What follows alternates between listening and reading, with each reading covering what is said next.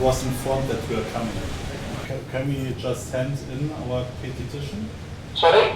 Can we just hand in some documents to you? Not to me, no. Grupp ta' studenti barranin tal-mediċina provaw jippreżentaw petizzjoni ta' aktar minn 1000 firma lil Prim Ministru Robert Abela f'Kastilja. Iżda ħadd ma ħareġ biex tinġabar din il-petizzjoni. L-istudenti tal-IDU qed jappellaw lill-Gvern biex jismagħhom wara sentejn ta' appelli biex jagħtihom widen. Dan hekk kif dawn l-istudenti għadhom mhumiex rikonoxxuti b'mod uffiċjali fl-Ewropa. Din is-sitwazzjoni qed wassal biex dawn l-istudenti qed iħossuhom li m'għandhomx futur f'dan is-settur. Net News kellem wieħed mill-istudenti Christopher Lloyds illi spjegalna aktar dwar din is-sitwazzjoni. Today we are here in front of the office of the Prime Minister to hand over a petition because we want clarity if our medical degree will be accepted and that we can be able to work as doctors in the hospital.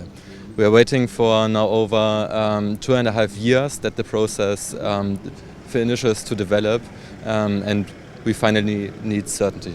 Minkejja li pruvaw jippreżentaw il-petizzjoni dawk li tkellmu magħhom minn Kastilja rrifjutaw li jieħduha anke jekk din tingħata iktar tard lill-Prim Ministru. L-istudent oħra, Leja Terhoven, spjegat magħna x'inhi l-importanza ta' din il-petizzjoni. The only thing that's missing is the statement of the Medical Council Malta, and that's why we are here, and we are here at the Prime Minister to ask him for help to support us. Simma Mo għal Net News.